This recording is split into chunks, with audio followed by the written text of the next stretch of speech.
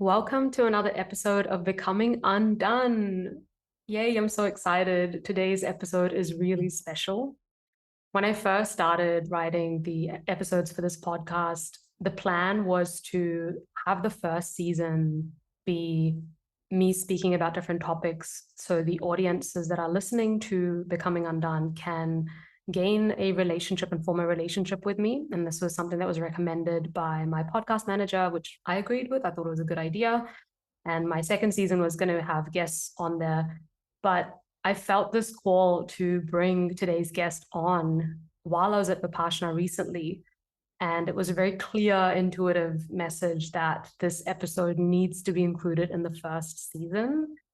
And so today we're going to have a conversation about Vipassana and its many benefits and shed some light on this powerful meditation technique based on the experiences that I've had and the experiences that my special guest has had. So without further ado, let's welcome Regan Gallagher to the podcast. Before I bring you on, Regan, I want to give you the spiel that I have about you so people can hear my perspective, but really it's talking about what I know of you as well. So Regan is a wonderful friend, a colleague, and in general, a kick-ass human being that I've had the privilege of meeting through a close friend of mine years ago. And I actually remember meeting you for the first time, and one of the key things that stood out in that conversation was your experience about Vipassana that you were talking about. And again, what I really respected at that time was you weren't telling me about what experiences you had personally, but you more framed it in terms of how it could help me because I was suffering through chronic pain. And you just mentioned, hey, have you considered Vipassana? And I, at that point, it didn't even really land. I was like, no, not really. I'm not sure what this even is. But I just remember that conversation being had. And since then, you and I have had, a chance to connect and work together. So Regan is a neuroscientist and a life coach, and he's a founder of the School of Alchemy, which is an incredible life coaching institute that helps people develop an inspirational vision for their life. And he very literally teaches them the skills needed to manifest their visions into reality. It's got an amazing app, and the school has a lot of clients at the moment. It's got a lot of coaches. I'm one of the coaches within the School of Alchemy as well. And Regan himself teaches self-mastery within the school. So it's been really awesome working alongside you, Regan, this time and being part of forming the school as well. So yeah, please tell us a little bit about yourself, Regan, where you're from, what's been happening in your world. Okay, thank you. And it is a pleasure to be here, Sanya. We've talked about these kinds of things over quite a long period, actually. Yeah. So it's nice to do something a little bit formal and sit down and hash it out in detail. Yeah. In terms of my background, I was born in Brisbane, Australia. And I've lived here most of my life, though I've done a good amount of travel. I've lived in Melbourne, I've lived in Amsterdam, I have family in the States, so I visit there quite regularly. And as it relates to sort of my background in terms of spiritual practice or scientific training, as you said, I have a PhD in sensory neuroscience. I used to teach cognitive and behavioral psychology. And in the first year or two of my PhD, I also attended my first Vipassana. And what that gave to me, I think, was whereas science is very much objective, try to take the subjective experience out of the equation. We're just trying to examine the material world and see how it works, examine and discern laws of nature. Whereas Vipassana, it gives you a very direct experience, right? It really prioritizes the experience, the observation of the natural world, right? It doesn't try to think of the observer or the individual or the subjective experience as a sort of a mere afterthought. It's the primary way that we interact with the world. And I think as part of my scientific training, to have a discipline and a practice that prioritizes experience, I feel like it really helped round out that education. It rounded out the scientific training by pairing it with a spiritual practice that prioritizes experience and subjective feeling, especially because my research topic was sensory neuroscience. things like metacognition as well. So thinking about thinking, or thinking about our sensations and experiences. I was completely floored by just how practical Vipassana is and how much insight it gave me into modern questions in neuroscience based on a 2,500-year-old spiritual practice. So I think those two really integrated quite well, and it was absolutely foundational to all of the research that then came out of that. Yeah, that's amazing. I think I remember you saying, even when I met you, that you were studying consciousness. That was one of the things that really fascinated you. So it's really awesome to see how someone who comes from a science background, who's very much in that rational world, has to be quite objective, got to take a practice like Vipassana, where you are very literally observing your sensations objectively. And it, like you said, it puts it into practice. It's not just something you think about, it's something you directly experience because you apply that to your body in real time. Yes, exactly. So that's awesome. Yes, it's funny how many of the ancient, terms of speech, like ancient wisdom, yin and yang, these kinds of things show up in all these places where, as a scientist, you try to be objective, but you're also, subjectively trying to understand the objective. And in Vipassana, you're kind of trying to be objective about the subjective, right? Yeah. And consciousness research kind of is both, where we have to admit that consciousness is inherently subjective, and yet we're still going to try to apply the tools of science, rationality, analytical thought, modeling. And so it's this funny, almost paradoxical nature of everything we do, the subjective in the objective in the subjective. And I think, when we met, that was when I was doing my postdoctoral research the lab was a neuroscience research lab.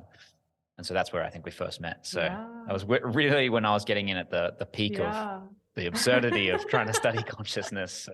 I love that, the in multiple ways. absurdity of studying consciousness. But it is one thing that keeps striking me is that the more desperately we try to understand these things objectively, the more confused everyone becomes about what we're really talking about. It's quite a challenge. And so I think it's actually very helpful to see things as absurd a little bit. So we take things a little bit less seriously and acknowledge the limitations of our tools and our minds. Yeah. The mystery that is. Yes, it's an inherent mystery for sure. And Regan, you've been quite a pillar for me in terms of my practice of Vipassana, because I remember last year was when I first did my first 10-day course. And I remember coming out of that and we had a conversation. I was in India at the time. And I was just like, oh my God, Regan, I have to tell you what I experienced. And you were like, okay, bring it. And then I just told you all the things and you're like, yep, yep. Like you're just like, yep, this is what happens. It's normal. Yep. I was like, okay, cool. So I'm not going crazy. And then a year later, again, I came back from Vipassana last week, the second one. I was like, all right, Regan, we need to have a conversation. This has to happen. Because it is a mystery. And amongst the mystery of what you experience in your own body, I think there are some common themes that everyone notices. And what I want to do in today's episode is actually, I want us to explore the teaching of Vipassana, what it is exactly, because so many people think that it's just 10 days of staying quiet, and so when I mention Vipassana to people, they're like, oh, I don't know if I can stay quiet. Like, that's the first thing people think of. They're just like, how am I supposed to do that? And I'm like, oh my God, that is not even the main thing. You're not even gonna be like, that is not even like, they keep you so busy that's not even a thing that comes up for people when they come out. They're just like, oh, I was so surprised. I didn't even mind staying quiet. I actually liked it. I don't even miss my phone a little bit, except I wanting to Google something. Like, people come out not knowing that the things that they thought that they would find challenging are not the things they actually found challenging. So today I thought we could give a bit of an overview about what Vipassana is, what the teaching is, and speak to, some of our direct experience, which really is always the intention of this podcast. Becoming Undone is about having deep conversations, insightful conversations based on direct experience. And these conversations are here to help people that are listening navigate their spiritual awakening as they come into self-realization. It's like, this topic is broad. It includes so many things within it. And it's very easy to feel like you're going a bit crazy at times. I mean, I know I have. I know you've been through a very dark period as well of your life where you had your awakening happen. So it's just something to give a bit of direction and to make us feel like, hey, we're all a little bit crazy here, and it's okay because we're dealing with the mystery. We're dealing with the mystery of the self. So that's what I would love to do today here with you in this conversation. And I just want to lay out a disclaimer before we go into it. And I'd love to hear your thoughts on this as well, Regan, is that before we go into anything, I just want to mention that we're going to refrain from speaking about Vipassana from a place where we're talking about, say, our trippy experiences that we encountered. That is something that I only actually ever talk about with people who have done Vipassana before, because, and even then, I'm very mindful. You know, for example, if someone only done it once, I may not tell them what happens the second time or what could happen, because then you can go in with expectation, and that expectation can often take you away from the practice of, and almost like make you miss what's actually there for you. It's a very unique experience for each human, just like psychedelics, where if I take psilocybin and you take psilocybin, we may have a completely different experience, but there will be some flavor to it that's quite similar. You know, but the way that you process it, what you need to see, what I need to see is different. The wisdom that we both need to gain is different. So just like that, it's better to speak about it from a place of here's how it's benefited us, here's the wisdom we've gained, but really refrain from the nitty-gritty details as well of what we found challenging those 10 days and the way that it, you know, blew our minds, essentially. What do you think of that? Yeah, very much like you said about before you go in and you start to think, oh, I'm not sure if I could not speak for 10 days or not have my phone or whatever it is. I think it's actually important to have these mental blocks so that you realize what kinds of things that you throw up for yourself, what kind of blocks that you automatically put in front of you. And then if we start to tell you too much about the nitty-gritty details, yeah, we can create new blocks for you because you have an expectation. So I think it's good for people to go in with a little bit of uncertainty, you know, because uncertainty is something that our mind then starts to fill and tries to bring in certainty. And that can be our own imposed limitations. So we can clear up some of the basic blocks, some things to not worry about, but we're not going to go into too much detail about exactly what you'll experience or what you can gain from it or things like that, except for in general terms. Yes. I think that's important. Yeah. And, you know, it's hard to explain what the view is from the mountaintop. It has to be experienced. Right. It just does. You know, we can never describe to one another, to someone who has not walked that same mountain, what the view is. I can say it's such an amazing view. It was the best thing. It was breathtaking. And you'll be like, oh, okay. But to really experience it is just something you've got to find out for yourself. It's not really possible.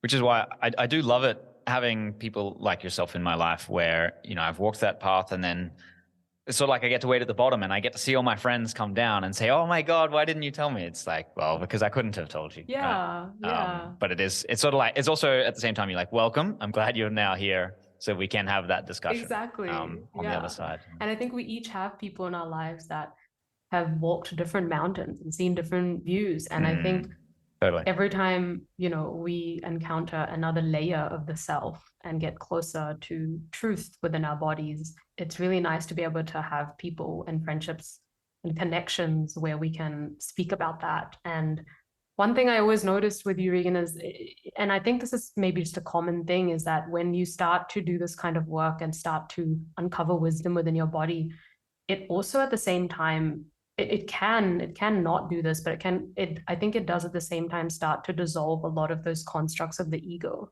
And so it doesn't make you feel like, oh, I know something and I'm better than something. And I can definitely tell you that I had developed a big spiritual ego after I first took psychedelics. And actually the first time after I took Vipassana, I was like, oh my God, everybody needs to do it. I wanted to put billboards up. I don't know if you remember. I was like, I need to put it on billboards. Yes. Because everybody needs to do it. And that's how I felt with psychedelics. I'm like, everybody needs to do it because, oh my God.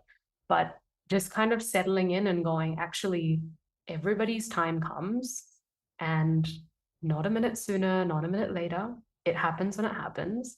And if I have this knowledge and wisdom, the best thing I can do is embody it and live from this place. And my words are, you know, my actions will speak way louder than my words. My energy will speak louder than my words. So, what is Vipassana? Let's speak about that first. Okay. Do you have a nice concise version, or should we just riff about it? Okay, so I will start off by saying some stuff that I've said to people because the easiest way I can explain it to people is first give them a bit of background context, which is that Vipassana is a meditation technique, a mind purification meditation technique that was uncovered by Gautama Buddha. So Gautama Buddha, 25 centuries ago in India, northern India, discovered Vipassana. And the way that he discovered it was by observing himself. And at that time in India, India is a very spiritual land, still is. You know, yoga, Vipassana, Ayurveda, Vedanta, a lot of it comes from India. However, I don't know if you listeners as well have noticed that over time, you know, especially people living in India now, my friends and stuff, they're not very spiritual people. India lost a lot of that spirituality. It became dogma, you know, with religion and everything. So back then, there were a lot of people that were studying and inquiring into the true nature of reality. You know, the path of yoga and yogic philosophy is all about realizing the self. And one of the main things that comes up when you are realizing who you truly are is the human being's attachment to desire. And that happens through clinging to desire or being averse to what shows up. So responding with aversion, responding with clinging or grasping. And so this challenge was posed, and something that a lot of the spiritual teachers of that time were working through. And Gautama Buddha took the wisdom that was already there. So he's not like I developed this originally. There was one aspect of this technique that was discovered by him, but the rest of it was already kind of rolling. People were sort of discovering it, but no one had worked out how to actually come out of suffering, how to actually come out of that attachment that we have towards things in our lives.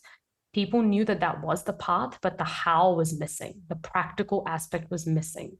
So Buddha being born in a very rich family, giving all of that up, and then, you know, meditating literally under the Bodhi tree, I think for a long time, started to observe himself internally, and then discovered a particular meditation technique called Vipassana. And he started to liberate himself from suffering and also then reached enlightenment. So that's where the technique comes from, and it has been passed down. And the centers that are open all over the world, the Vipassana centers, they were opened by someone called Goenka, and he is, you know, also he's from Burma, but he's Indian, and he started these centers all over the world, and now you can attend a Vipassana 10-day meditation camp where you can experience the learning of this technique in an environment where you have no other distractions other than learning it. And I think that's very, very necessary, because if it was just offered to us, you know, like on an app without going to this meditation camp, I really don't think we would gain the benefits at all in the same way. It's might be 1% of what we can gain. So the actual attending and immersing yourself in this environment is largely why it's so profound for people, because you're practicing Vipassana all day, every day for those 10 days. Yeah. What would you like to add to that? Yeah, I think that's really well said. A nice definition and brief history. I think Vipassana literally translates to it's an insight meditation, right? So it's awareness of inside, right? And generating it. So this asana is a breathing technique, so it's about the breath. So I think you begin by having an awareness of your breath, and not in a breath work kind of fashion where you're trying to control your breath or doing certain breathing techniques. It's literally an awareness. And the reason the breath is so important for Vipassana is that it is something that is both controllable by the conscious mind, as well as when the conscious mind lets it go, it is unconsciously controlled. So in a sense, it offers us a bridge between the conscious mind and the unconscious mind, so that if we train our mind to be aware of the breath, then we can train ourselves to become aware of some of the things that we typically leave unconscious. So in a sense, it's a bridge for us to tie some of our attentional mechanisms to something that we can control, and then also gain a deeper understanding of the things that we don't control. And when we are talking about insight, detachment to our desires or aversion to things that we say don't like, what we're really dealing with is some things we can control and some things we can't control, and we cling to different things. We try to control things we shouldn't control, right? And we don't take control of things that we should. So it helps us generate the insight and discernment between the things that we can control and the things that we can't, to detach ourselves from certain outcomes, certain feelings, even certain identities, and practice properly. I guess the insights that you gain is that we are beyond our cravings, we are beyond our aversions, we are beyond this sort of attachment to a physical structure or a personal identity. Who we are is much deeper than that. And a truly developed understanding of who we are naturally leads to a dissolution of suffering, right? And I think that's one of the core benefits of learning Vipassana, learning how to meditate properly, is to become liberated from the things that we suffer from. And in big part, we become aware of the difference between something like, say, pain, which is a physical process, and be in pain, but suffering is a mental process. Right? And we suffer largely because of how we think and what we attach ourselves to, and we can liberate ourselves from that, from the suffering of our existence, while still being fully present with the nature of, let's say, pain or love or any of the other natural experiences that we have, without being attached to how we want them to be. And I'd say the core insight that Buddha experienced that led to his full enlightenment is that things are as they are, and when you accept that, you no longer suffer. Even if you're in pain, you not suffer. So I'd say Vipassana, in a nutshell, as you described it, has that history of coming from a very fruitful, spiritually enlightened, or at least a spiritually aware community or country, people practicing different types of things, but often working just at the conscious mind level, trying to actively do things that lead you to be happy. But that misses the core insight that Buddha had, that is, actually the goal is not necessarily to be happy. The goal is to be okay with things as they are, when you just accept them as they are, at the deepest level, including yourself, including your body, including the world, including events, relationships. Then you can truly be free from suffering, and that's true liberation. It's not being happy, it's being honest. Yeah, there was so much gold in what you just said, Regan, so many light bulb moments as you were speaking. And what I want to bring attention to here is a couple of things. The first thing I want to do is kind of simplify this idea for people who are new to Buddhism in general. I think Buddhism speaks about or teaches how to be free from suffering. And Buddhism feels and has kind of uncovered that attachment is the cause of our suffering. And I think the other thing they say is desire is the cause of our suffering. But that's not, well, people seem to think it's desire, but it's not actually desire. It's the attachment to the desire that causes the suffering. It's the needing, like you said, the control. I need things to go a certain way. It's like, I want things to go this way or this way.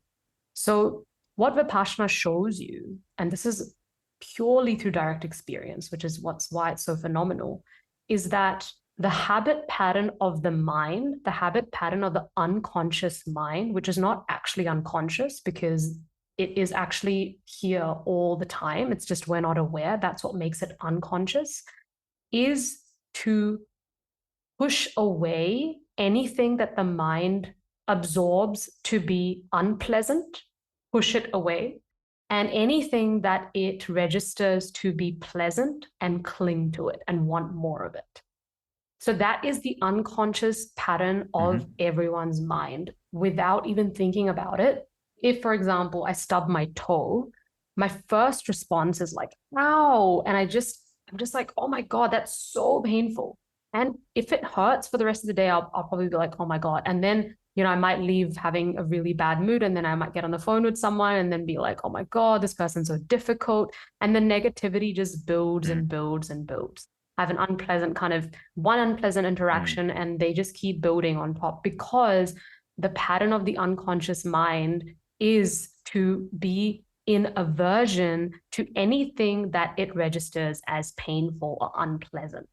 And this happens automatically. And then same when mm, it comes to something I like. Say I have a conversation with someone and someone is full of compliments about me. I go out and I don't know, get a promotion or something and I feel really good about myself. All these things create pleasant sensations in my body. And the habit pattern of my mind is to cling and crave and want more of that. Now, this is happening so mm, unconsciously, like I said, that we don't even know it's happening. And what Vipassana teaches you is to observe the sensations that arise when something goes your way and something doesn't go your way, and not get attached to any of it, not mm, cling to any of it, and not push any pain away. So, like you said, observing reality as it is without the clinging and without the pushing mm, away and the resisting of anything unwanted that's happening. And I think Vipassana is so important in this day and mm, age to learn, because I think any time actually for humanity, because we're always going to face situations that are unwanted.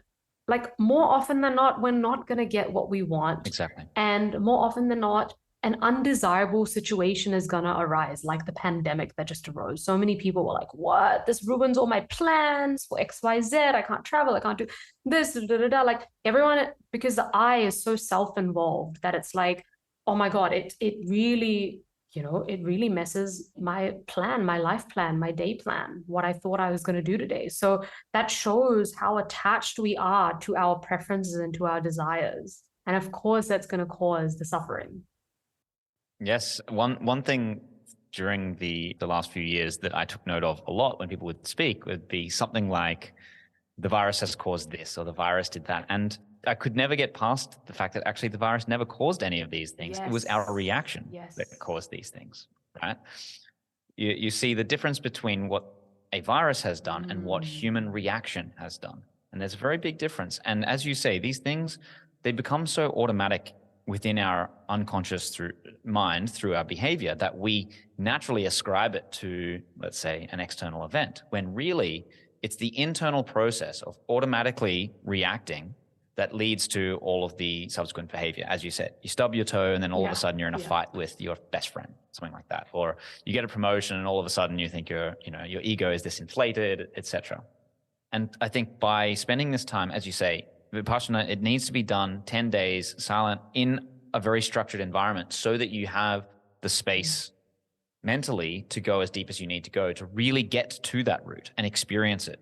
Experience what it is like Mm. before you react. Experience the sensation in and of itself before you start craving for, the next part of the sensation or the follow-on effect, or before you start trying to push the Mm. pain away or push away some, unpleasant thought. And also a brilliant insight that came to me when I was first experiencing Vipassana. Like I said, I was, maybe a year or two into my PhD, and I was studying and teaching, cognitive and behavioral psychology. And anyone who's taken an introductory psychology course is probably familiar with behaviorism, like Pavlov's dog and the idea of like reinforcement, conditioning, reward, punishment, etc. Well, those concepts are built directly off of the craving and aversion principle from Vipassana. So Buddha recognized this 2,500 years ago, and only in the sort of early 1900s did we have a scientifically formulated a science of this aversion and craving, which we call reward and punishment, or I guess that's probably the simplest. And without reward and punishment, psychology isn't even a science, right? And that's pointing to the exact same thing, that we feel reward, we feel good, and we feel attracted to, and our behavior is likely to repeat itself if it has been associated with something that we crave, Yes. right? So if I do some behavior, and it can be any arbitrary behavior, but if it's associated, and this is sort of the classical conditioning, it's associated with, say, something that we like. So there's the classic Pavlov's dog, ring a bell, associate it with food. we hear the bell, and now we start to salivate because there's some food. So that's pairing it with something that we find, naturally exciting or naturally rewarding. The opposite, of course, is something that we find unpleasant. It can be a natural punisher. It can reduce the likelihood of whatever behavior we produced, any arbitrary behavior, can reduce the likelihood of that occurring again. So we now have like a scientific formulation, and the basis of psychology as a science is built on this, reward and craving versus punishment and aversion, right? So I found that to be an incredible insight, because we learn about these things, as I said at the beginning, we learn about them objectively. We take the subject out of the experience. In fact, the behaviorists themselves completely dismiss the idea that the mind has anything to do with it. It's purely behavior, and behavior increases or decreases according to the outcome. Whereas, but then you go into Vipassana and you sit and you experience stations, then you experience the flow on of the reward, the craving, or you experience the flow on of the punishment or the aversion, and you start to gain sort of like the flip side of the science is the experience. And I think those two go hand in hand. And as I said, to have those two kinds of frames of reference running on my mind at the same time was just so enlightening, because it gave this complete other side that I think many, if not most, scientists don't get. Especially in the behavioral world, where they still often, cling to they dismiss things like consciousness and mental processes, because they're just either too hard to explain or it's impossible really to just observe. a too hard bucket. It's like, I don't even know what to say. This is a whole world of mystery, but we're making so much progress in it. And I think something like Vipassana existing, and one thing I really personally love about it so much is, this is something that I'm really big on in my work, in my coaching practice, and I know that you are as well within School of Alchemy, and the work that you do is helping people gain direct experience, embodied experience about something. So something that I often say to my clients whenever I explain something to them, a new idea, a new concept, is I'll spend 20 minutes explaining and I'll be like, don't believe a word I say. Please don't even please don't question it, and go and experience it and try it for yourself and find out. Because within our world today, we've all heard this saying of, the answers are really within. You are your own guru. You have all the answers within. And to actually experience that is something completely different. To actually go in and experience that is a wild experience, because you're like, oh my gosh, I do actually have all the answers.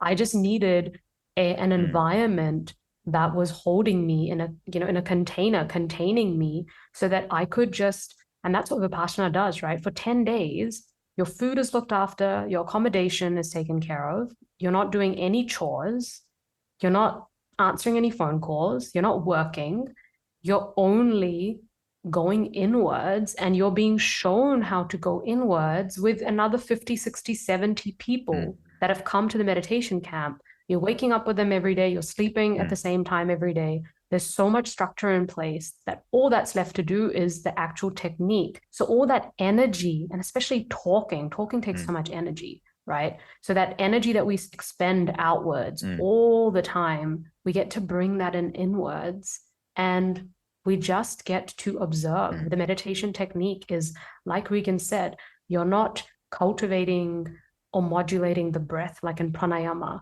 You're not, or breath work. You're not, I think it's called holotrophic breathing, where you're sort of cultivating the breath to kind of, just basically start tripping. You kind of experience that oxygen, or Wim Hof, breathing technique. Like, all those things are cool. They have their place. No, we're not condemning them. It's just, this one is different. And I find it so fascinating because it's simple. It's just looking at yourself. Your awareness is noticing and observing your breath exactly as it is, your body exactly as it is. And through that process, wisdom or panya starts to arise within the body. And that is the mystery. There's an unraveling that takes place within. And that can leave you kind of almost having peeled a huge layer of yourself and accessing a huge part of yourself. And as you said, when we coach people, we want to give them some kind of knowledge basis, give them something to hear and to grasp onto, to intellectually deal with, so that they have something to work with, but ultimately, we need them to take action and start behaving in certain ways and experience, so they can experience it for themselves. And so Vipassana has the three pillars like sila, samadhi, and panya, right? So sila is like the morality and not doing things that are negative, either for yourself or for others. And so by doing that, like if you sit and you're quiet, you don't speak, you don't tell any lies, you don't steal anything, right? You can do that by simply just sitting and working on yourself, right? So immediately by doing that, you're coming into a place of morality, because you could define morality in what you might call apophatically, meaning by excluding all immoral actions, then what is left is moral, right? So if you're sitting there doing nothing engaged in the material world, you're automatically behaving in a moral fashion, right? So Shila is immediately checked off. And then samadhi is that concentration of will. And so if you're just focused on what's going on the inside of your body, the sensations, the breath, etc., then you are naturally, you're focusing. And then panya, the true experiential wisdom, comes out of that. And so I like the fact that it puts you into a place where you're automatically behaving morally, you're automatically focusing your energy and attention.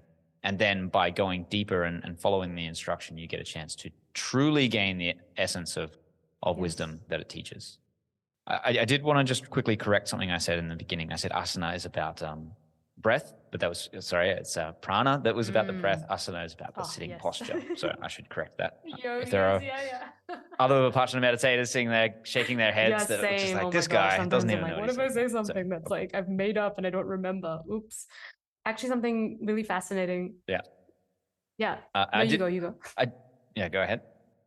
I was just going to go off of what you said about we're trying to help people start taking a little bit more control of their lives and do the things that they find meaningful, purposeful, etc. And so Vipassana is great because it strips out all the things that you don't find meaningful, so that when you next take action, you're far more conscious of the actions you're taking. And so you can really actively choose the things that you want to do or are meaningful or are necessary for, say, your existence or survival.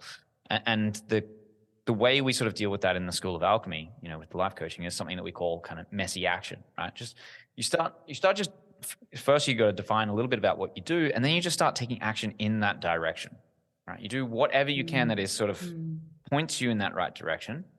And then through experience, often through failure, but through experience, you learn what not to do, right? And I think so much we talked about it, people going into Vipassana, they have all these ideas of what's going to block them, but that's not the thing that's going to block you or the thing you're going to come up against.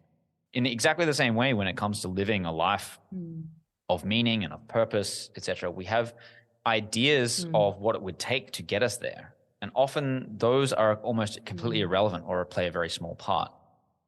Almost all the time, what we need is to just start taking action, messy action that is not perfect, not well refined, but is just aimed at moving yourself forward to where you want to be, and then finding the things that are wrong and not doing, doing fewer of those things and doing more of the things that work. So I do like that there is, Vipassana has given me effectively a mental framework that is teachable and sort of reverberates through all of the other things that we do, say, in the school or even in my own life, right? I don't teach anything that I don't actually do.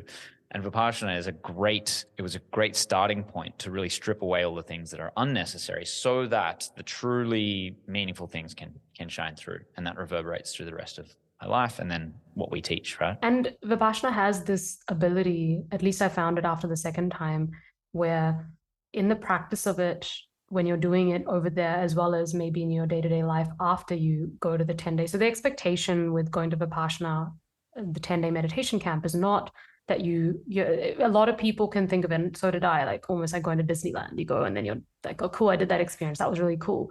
But when you go and you actually gain those benefits, most people want to continue the practice because it's so rewarding. It's so transformative. It's like we mentioned, so much of Western psychology and in general is based on the teachings of Vipassana, of what, Buddha discovered. It's crazy how so much of it comes from there. But obviously, what's great about the fact that we have so many different ways of explaining things is some things relate to people in different ways. So everybody gets to sort of understand and be on their go internally in their self-development through the different teachers and the different means of which we explain things. But it resonated with me so deeply because I'm all about the root cause. I love looking at the root cause of things, and it's something I'm driven towards. But yeah, going there and doing it, you come out and you want to continue practicing because it's been so rewarding. And it starts to, Vipassana has this ability, and Goenka even says this, is that once you get a taste of Dhamma, you can't stop talking about it. You cannot stop telling people about it. Like you may not, for example, last year, I wanted to put it out on billboards and stuff. Like I said, I was just like, everyone needs to do this. It was definitely coming from a place of, like, oh, I just went to Disneyland. It was amazing. You should go check it out. But this time, after completing it and now practicing it, it's more just like, man, this will help you come out of suffering. This is not just a thing to come and experience because it's a trip. Yeah, exactly. But it will very literally open up your heart to love and compassion in such a beautiful way. Because the ultimate goal of practicing Vipassana is to get to a place where you transcend mind and matter in your own body. And when you transcend mind and matter, you gain access to infinite love.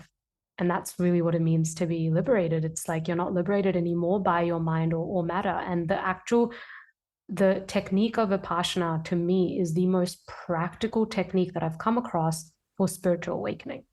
It is a practical, everyday householder's technique that you can do. That was the hugest, that was certainly one of the biggest surprises to me, was actually just how practical this technique is, right? And, as we coach people, one of the things that we notice, and I think part of the reason why we want to go out and sort of shout the benefits of Vipassana to everyone is that when we come into contact with people, almost always we can see that their suffering really is as a result of their own views of who they are or who they should be, or, it's self-imposed suffering almost all of the time. And often a slight reframe of your life or what's possible or who you are is all it takes, combined with action, of course. But it doesn't take a huge shift in order to go from really, really suffering about stuff that is just material to complete liberation and a completely new life, right?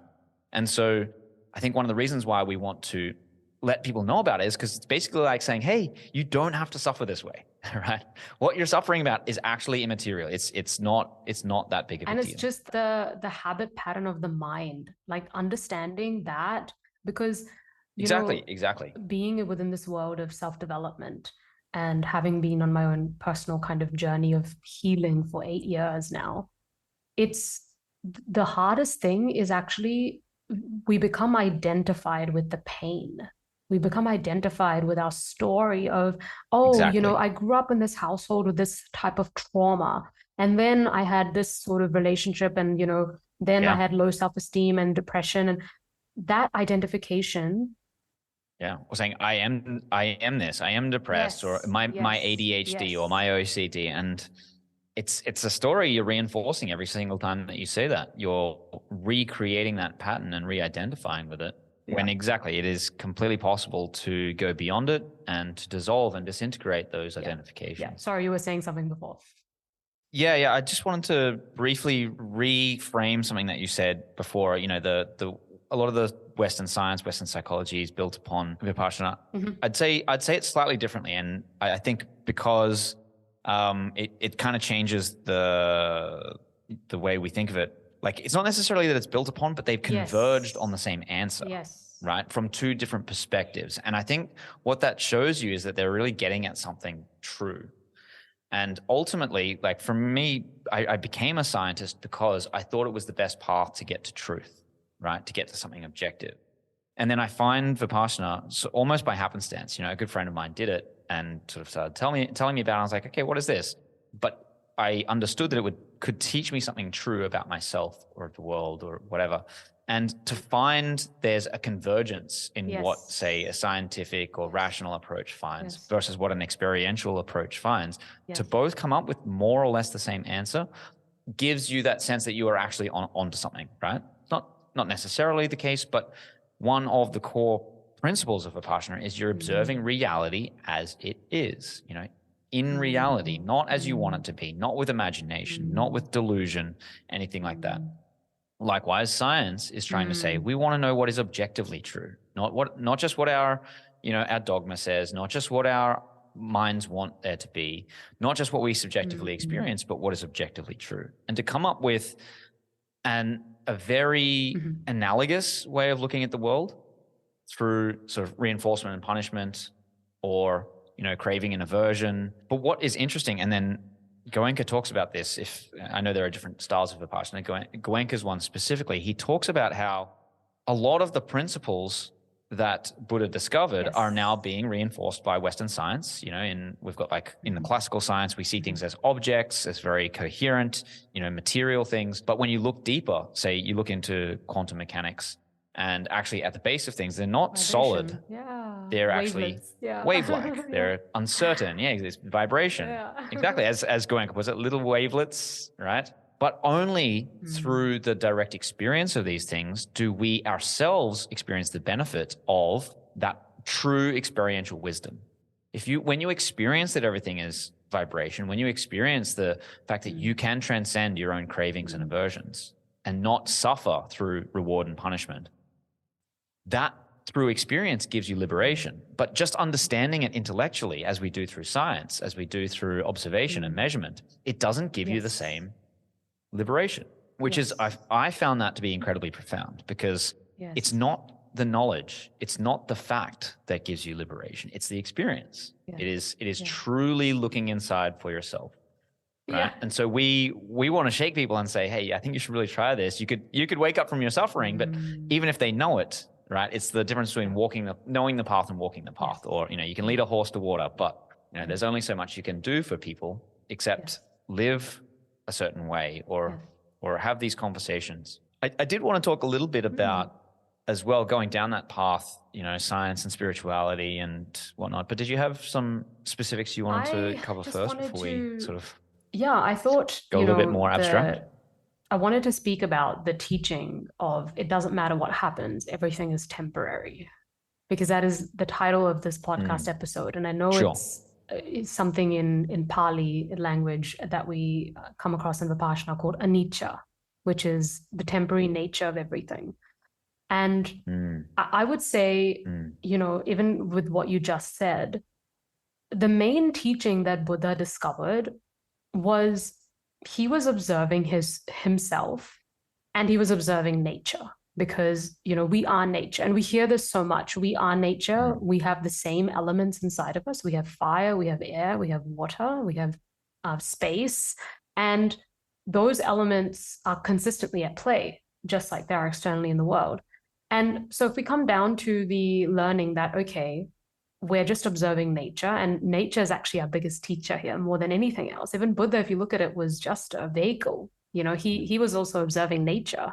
And as he observed his nature, he was able to just put a framework around this, and then that got developed.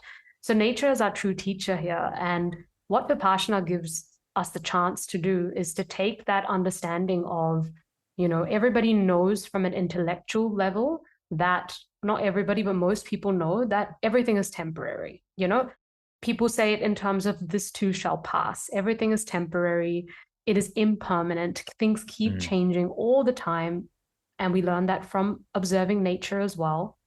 This translates this understanding, when you practice the technique of Vipassana, into experiential wisdom. You literally see it in your own body. And like we said, we see vibration, we feel vibration. And I wanted to speak to how this can benefit us tangibly in our day-to-day life. Is if we think to ourselves, I remember thinking, I have, before I went to Vipassana, I was like, I'm moving to Bali soon. And there's this thing of like, when am I going to go? What am I going to do? Where am I going to stay? Should I do this? Should I do this? There's all these questions, right, that came up, all these doubts, all these concerns, all these thoughts. And I remember that stream of thought came back one day when I was in Vipassana a couple of weeks ago. And I just, it was like I just sat down, because I had that body experience of, oh my God, it really doesn't matter what happens. because everything is temporary. And I just laughed. And that's not the sense of surface level knowing that everything is temporary. And I'm sure that the more I practice Vipassana, the more solidified this truth is going to become in me, this wisdom is going to be 100%, because I think that's just like anything. But just even that realization in my heart, to whatever degree I felt it, of, oh my God, everything is temporary. So it actually doesn't matter. And it's not a sense of bypassing, like, oh, it doesn't matter how, if things don't go well or things go well. It's a truth that all sensation, all emotion, all experiences in the body is momentary. And it always arises and it always passes. And having felt that in my body, it just means that actually, no matter what happens in my life, anything can happen. The one assurance that I have that nature has offered as a gift to all of us is that everything is temporary. So clinging on to the good times or pushing away the bad times, you can't. There's nothing to... Yeah, I think that's exactly the wisdom you come to, is that there is nothing to cling on to in the end, right? Whether good or bad. Yeah. How can you cling to anything that is impermanent? And that I think would have to be the central realization, as you stated very nicely, that without having anything truly to cling on to, then you might as well surrender to that process. And when you do, I think there's another one of these paradoxes. And I think all good philosophical questions or true spiritual explorations end in paradox, right?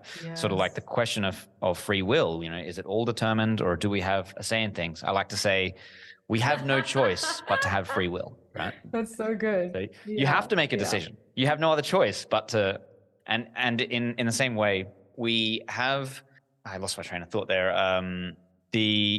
Yes, you were saying that in a sense, nothing matters. If you can't cling on to something, then you let go of everything, and then nothing matters. But I think also that recognition that there is nothing permanent, and so therefore you can't cling on to anything, and that you have to let go of everything, and in some sense nothing matters, it only reinforces the point that every moment matters, right?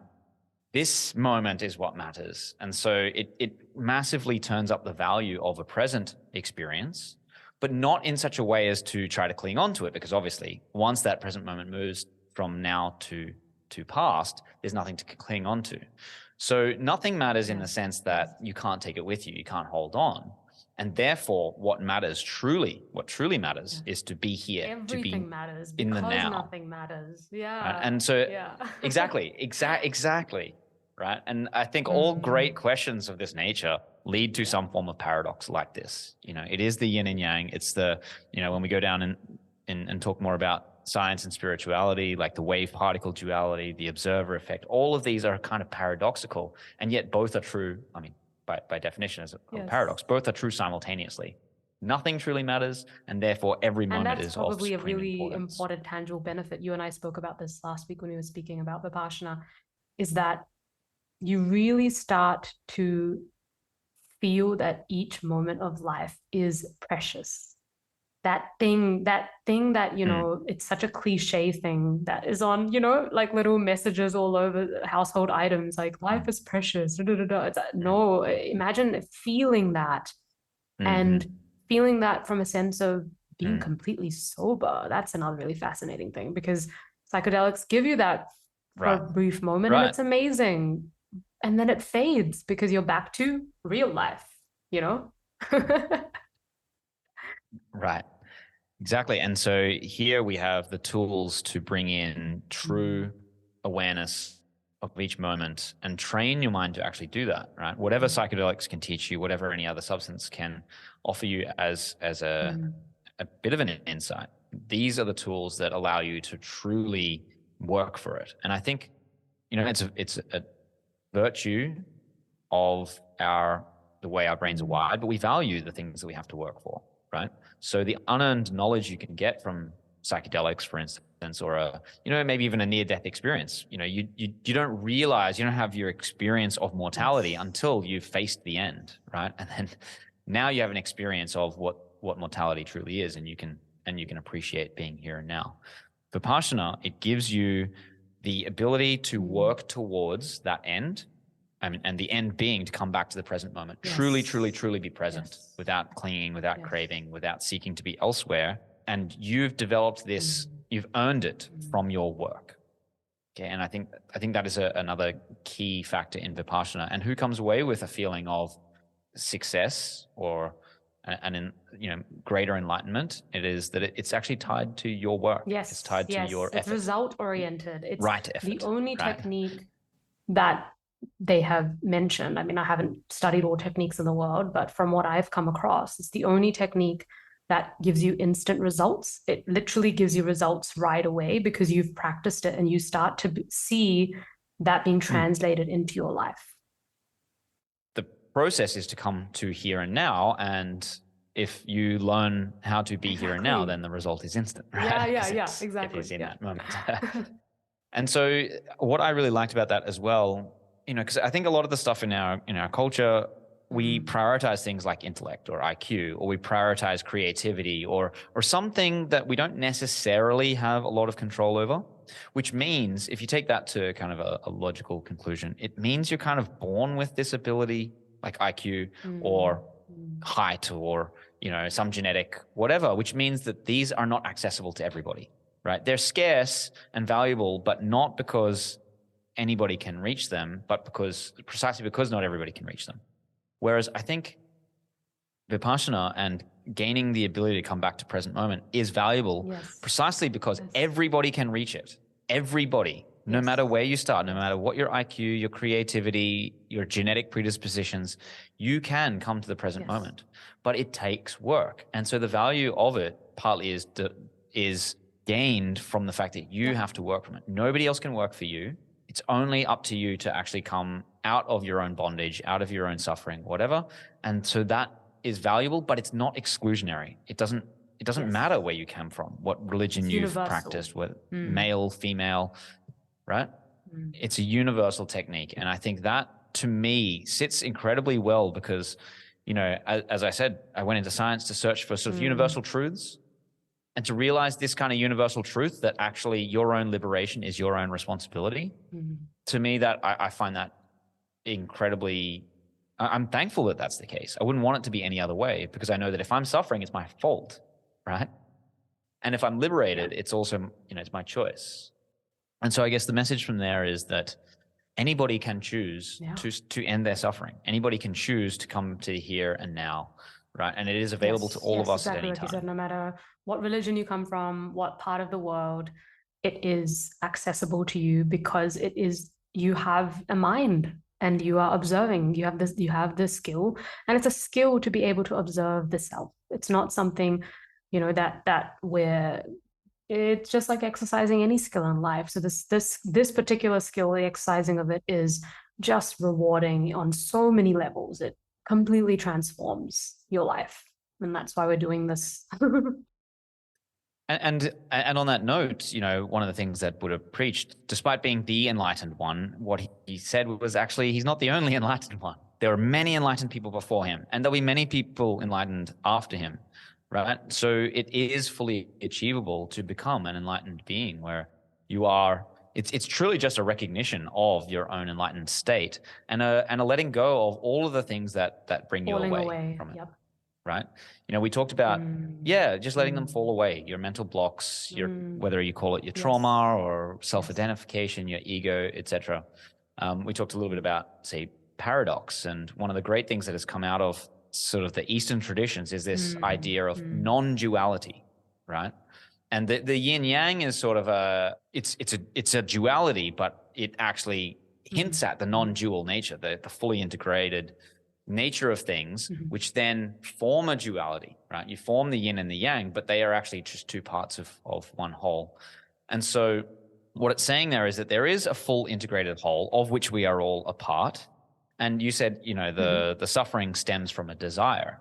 And desire itself is effectively the beginnings of that duality.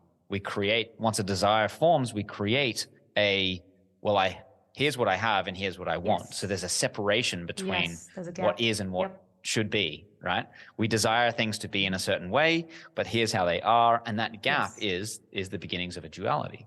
And a duality, well, what have we got? We've got craving and aversion, right? Where it's either this or that.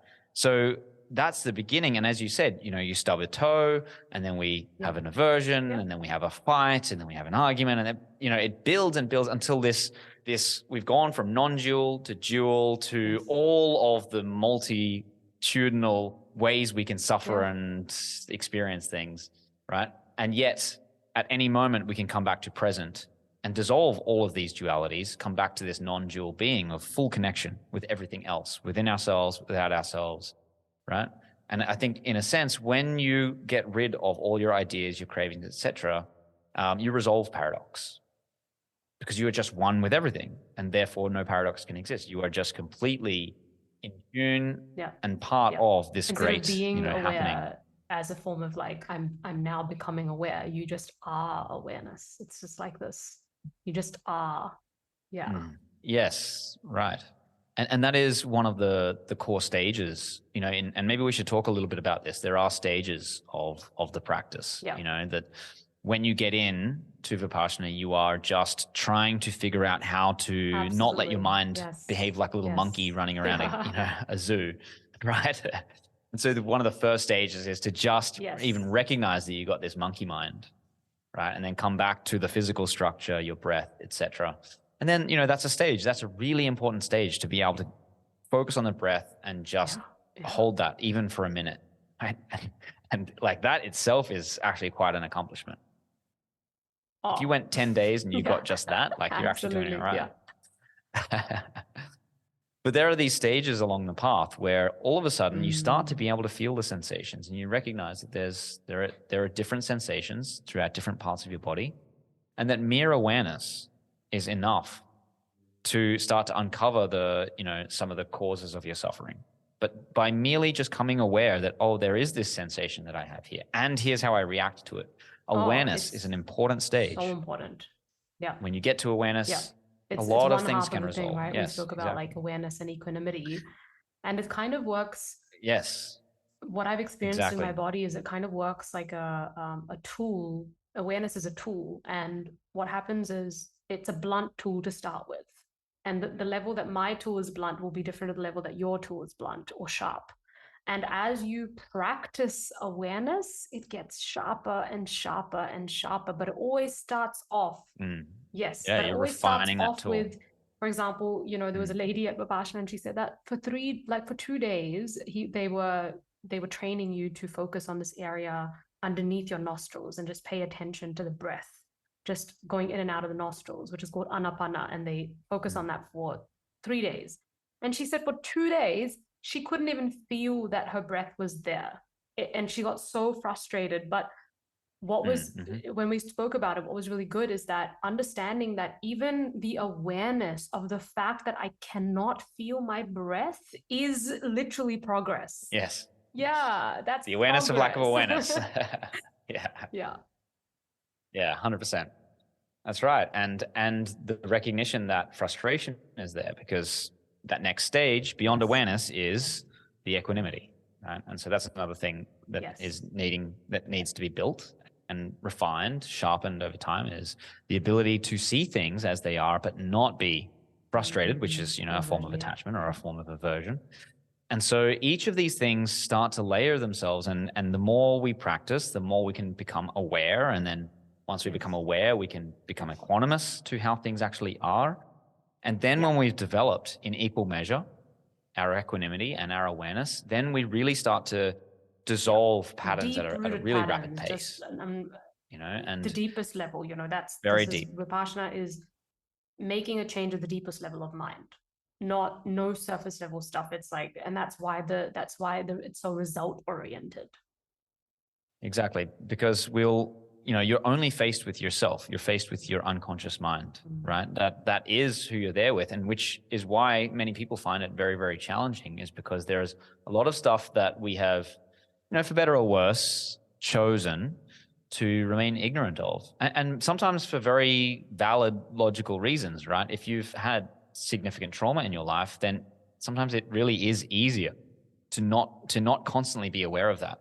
But the real truth is that ignoring it's not going to help either, right?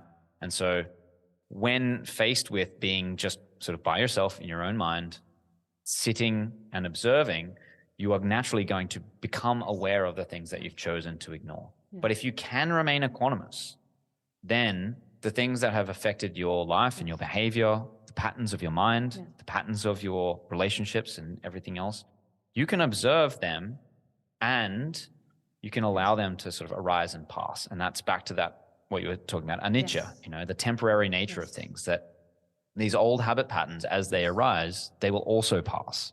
And if you allow them to arise and pass and remain aware and non-reactive, you actually, that is the process of liberation.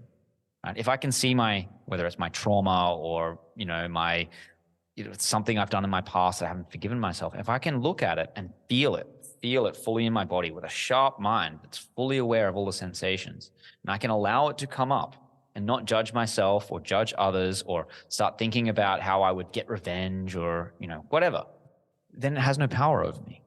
Right? If I'm not reacting to it, if it's not guiding my behavior, guiding my thoughts, and then how can it have any power over me? And if it has no power over me, I'm free from it. I'm liberated from it. Right? And so that's why Vipassana is the path to true liberation, because you get a strong mind that's sharp, you get awareness of anything that's happening, and then you get equanimity. You're willing to, and if we haven't defined equanimity, it's a balance of the mind, being equiposed, right?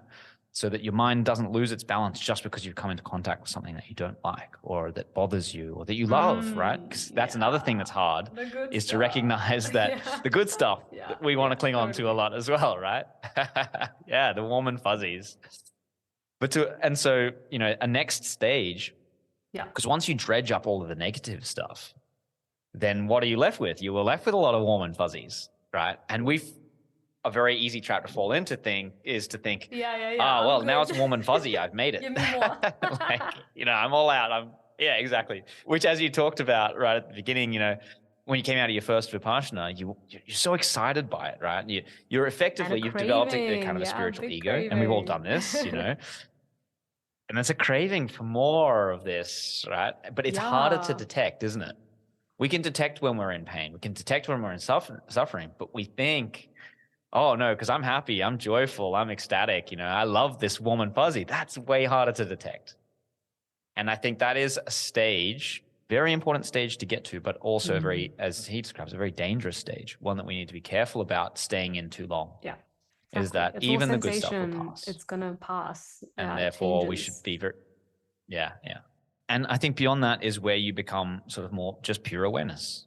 Right? It's no longer awareness of the warm and fuzzies alone, or no longer awareness of the pain and suffering alone. It's a calm, equanimous awareness of each, and a disaffected nature. But I think what's beautiful is when you get there, the natural state of the human mind, the human nervous system, is one of joy, right? Calm, serenity, which is beyond the craving. Right? We don't need to crave for calmness and joy, because that is the natural state. In the sort of like we said, morality is sort of the absence of doing bad things. Joy peace and your being, happiness, and these things bubble up. Yes, exactly. Peace, calmness, serenity, security. These are the natural states, right? We don't have to crave for them. They are what's left over when we get rid of all of our what we call sankharas in Vipassana, which we might scientifically just call our bullshit. Yes, impressions that are left over from our reactions is how I frame it. Totally. Okay, I think that we could go on and on about this because we have so much. We both love Vipassana and what it's done for us. So, What I thought we could sort of wrap this episode up with is just giving people a practical kind of next steps of what they could do to explore and go into Vipassana. So there are centers all over the world that you can look at, and I'm going to put the link for those centers in the show notes. One thing I do want to mention is that they do not, Vipassana is an opportunity to practice being with yourself for 10 days and actually giving you a chance to live like a nun or a monk without actually giving up your daily householder's life and giving up things fully. And so they don't charge any money for this experience. If you wish to donate at the end and give dana, you can. Your donations are not for the time you've had there. You're not paying for it. It is to pay it forward for the next lot of students. So what's really nice is when you go to Vipassana, all the food, the accommodation that's been covered, that you're looked after, has been funded by the students who came before you. And the donation is also left on, your experience. Exactly. You experience something, you decide. And it's really cool. It's really cool to experience something like that. It's a very different model. And yeah, it's 10 days. There is no time that I feel anyone is really, my personal opinion is no one's really going to ever be ready for something like this. You listen to the calling if it's there, and if the calling, and a lot of people have had the seed of Vipassana planted a few times and they've tried to go a few times, but let this episode be the sign, if you're needing one, that it's time. Because I promise you, the one thing I say to everyone is the feeling that most people get is, man, I wish I did this sooner. Oh my gosh. But also I get why I didn't. Maybe I wouldn't have benefited in the same way. Yeah. I think my experiences down, let's say, spiritual pathways is that things do seem to unfold in an uncannily fortunate, so synchronicities abound when you follow spiritual paths. And so you seem to come into contact with the right information at the right time, right? Only when your mind is ready for it, these things will start to appear in your life. So hopefully a conversation like this is appearing at the right time for somebody. That would be a very big hope. If you are hesitant, because often when these things appear, one of the things that we can naturally do is reject them, at least the first time. But hopefully there is enough here to show that some of the things that you might be worried about, if you've never meditated before, that's not actually a big deal. I'd never really meditated, maybe a cumulative total of about 28 minutes before I went to Vipassana and did, 10 straight days, right? Not necessary. I would say it's not something that I would actively recommend to everyone. But if you are contemplating it, then you're probably your path, ready. Or you're like slightly even intrigued, that means it is yes. Yep. Yeah, exactly. So do it, take that leap of faith.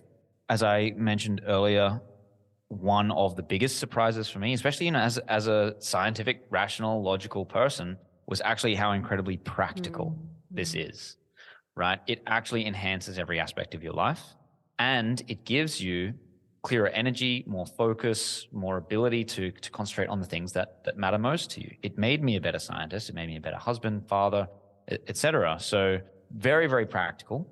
One thing we didn't get into is the metta bhavana, which is sort of part of the Vipassana practice. But you also mentioned it when you talked about dana, the fact that the gift of an old student is to pay it forward so that new students can experience it. And one of the incredible outcomes of doing Vipassana and practicing it and taking it seriously is this absolute desire to serve the benefit of others, right?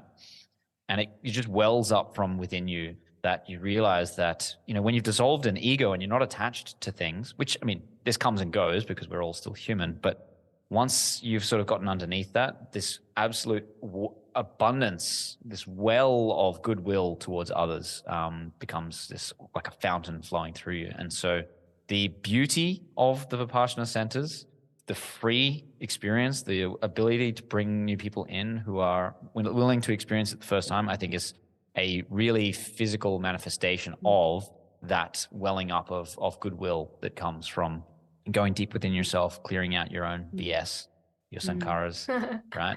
And then the natural manifestation of that is the fact that this beautiful tradition and these conversations get to take place. And exactly. Lots of love and compassion that really cracks your heart open. Really cracked my heart open in so many beautiful ways. And there's just nothing like that has been experienced so far.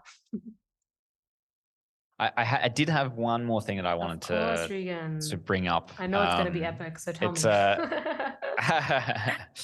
Well, we sort of started to go down the science and spirituality path. And as I said, I came to these things very much a scientist, and science in the modern age can take the place of religion or ideology in some part. And I think partly that was true of me as well, that because science is about objectivity and getting to the truth and the answers, it's easy to think that that's the only path necessary. It's the only it's a complete worldview.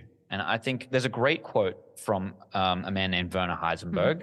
He was a quantum physicist, right? He is father of he coined the uncertainty principle in quantum mechanics. right? And this is related to the wave particle duality, the fact that the more specifically and precisely we try to measure something, the less able we are to measure something else. And that gives rise to a lot of sort of, almost paradox in science. And it has led the physical material study of the objective world into this problem of we can't actually get beyond a certain limit of uncertainty, right? And that kind of feeds into this idea that the observer themselves has an active role in how the material world unfolds, right? You can't actually study the material world without taking into account the observer themselves, the scientist themselves, the conscious element, right? Because until you have that, you don't have a complete picture.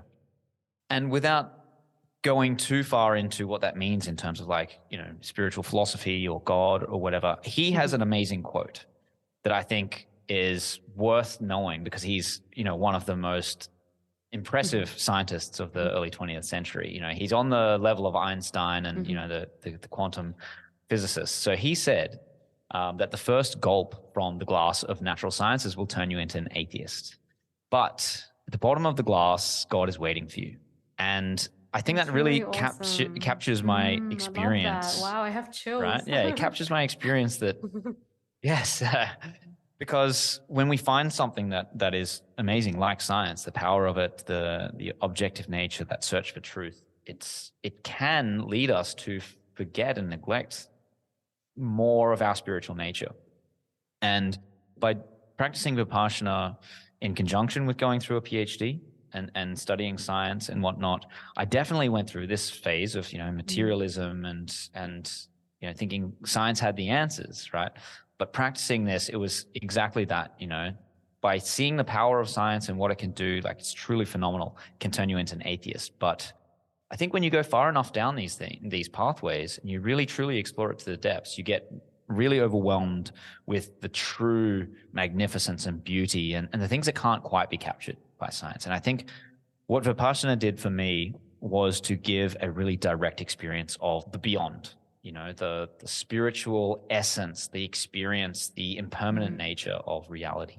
And there's a ton more I could say on that topic, but I love that quote. The first gulp of natural sciences will turn you into an atheist, but there's God waiting for you at the bottom of the glass. And that speaks to, I think I was listening to something yesterday.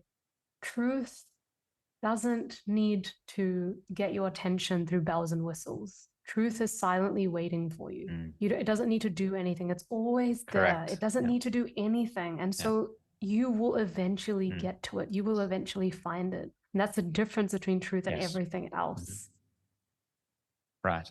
Yeah. And I think when you find truth, you want to scream it from the rooftops, right? Whether you found that truth through science or spirituality or some other thing, the more in contact with nature and reality and truth we can get, I think the more we go away from that nihilism, the sense of purposelessness, and we embrace the importance and value and every moment. Awesome. Well, thank you so much for joining me today, Regan. This has been a really beautiful conversation and hopefully one that will be very enlightening for a lot of people listening. And if you have any questions as a listener, feel free to reach out to me or Regan. We'll have our details down here. If anyone has any questions about Vipassana itself, I know a lot of people sometimes may feel like they want to feel a bit held and reassured before the experience, especially if there's no one in their community having done it before. So feel free to reach out to either of us at any point, have a conversation. But thank you so much, Regan. Is there anything else you'd like to add before we wrap up? It has been my absolute pleasure. I always enjoy these conversations with you, Sanya, and I know we've talked about this a bit as well as all the surrounding topics. It's always fun. Yes, that's right. I think just in terms of people who are looking to take practical steps, it might be worth just giving a brief shout out to the School of Alchemy. So what we do incorporate, the cognitive psychology principles, the principles of neuroscience, as well as the wisdom of these spiritual traditions. Specifically, Vipassana has played a huge role in how the teachings have unfolded. Alchemy, if anyone knows anything about alchemy, is about transformation, this process of change. And one of the things that Vipassana shows you how to do is how to purify yourself so that you can, I guess, transform yourself into the best version of you. And so alchemy really is about that, doing it in an objective way and doing it with a spiritual purpose. So if you are at a point where you're wanting to take that next step and really get in touch with your spiritual side, but do it in an objectively verifiable, repeatable way, systematically, as well as guided by people who've walked this path and, in the company of others who are currently walking that path, then please feel free to get in touch. I have my link tree below. You can actually book an appointment directly with me if you wanted to have a conversation. Sanya, I'm sure you've got links to get in contact with you. But I would absolutely welcome anyone who wanted to have that conversation. Absolutely. And community is extremely important part of transformation, because when we start to transform and become more of who we truly are and the layers, start to fall away, our external environment does start to reflect this as well. And so a lot of people go through the stages of, friendships changing, relationships changing. It's literally like people will move to different places to be more with themselves, be more in nature. And I think eventually everyone wants a lot of me time and alone time, but a big stage of that is having the right kind of people around you. So every person I've come across in the School of Alchemy has been very like-minded, and we're forming a community of individuals that are walking this path, walking each other home together, and it's really lovely. So yeah, I would highly recommend booking in a chat with Regan and just having a conversation. Either way, it's been very it would be very enlightening. Cool. Awesome. Well, thank you so much, and we will catch you another time. I think so. I doubt this will be the last one, for sure. All right. All right. Well, thank you for having me. I've really enjoyed it. Hey there. Just dropping in with a gentle reminder. You, my friend, are exactly where you're meant to be in this grand tapestry called life. No mix-ups, no coincidences, and absolutely nothing happens by chance. Your soul is always present, embracing you as you boldly navigate this beautiful adventure we call life. Do you feel connected to your soul? In this lifetime, I've been cast as your spiritual guide. My mission? To help you explore the depths of your inner world and unearth the wellspring of genuine fulfillment and joy that lies within. And I have just the roadmap to help you bravely embark on this inner quest. How do you know if you're ready for this? You'll sense it. You'll know it's time when you've exhausted the external search for happiness and are ready to shine a light on your inner world with the same vigor. You'll know. Visit my website to schedule a free consultation. Let's tune into your heart's desires and clear away any obstacles to soul-level fulfillment. I'd be thrilled to meet you. Now, let's dive back into the episode.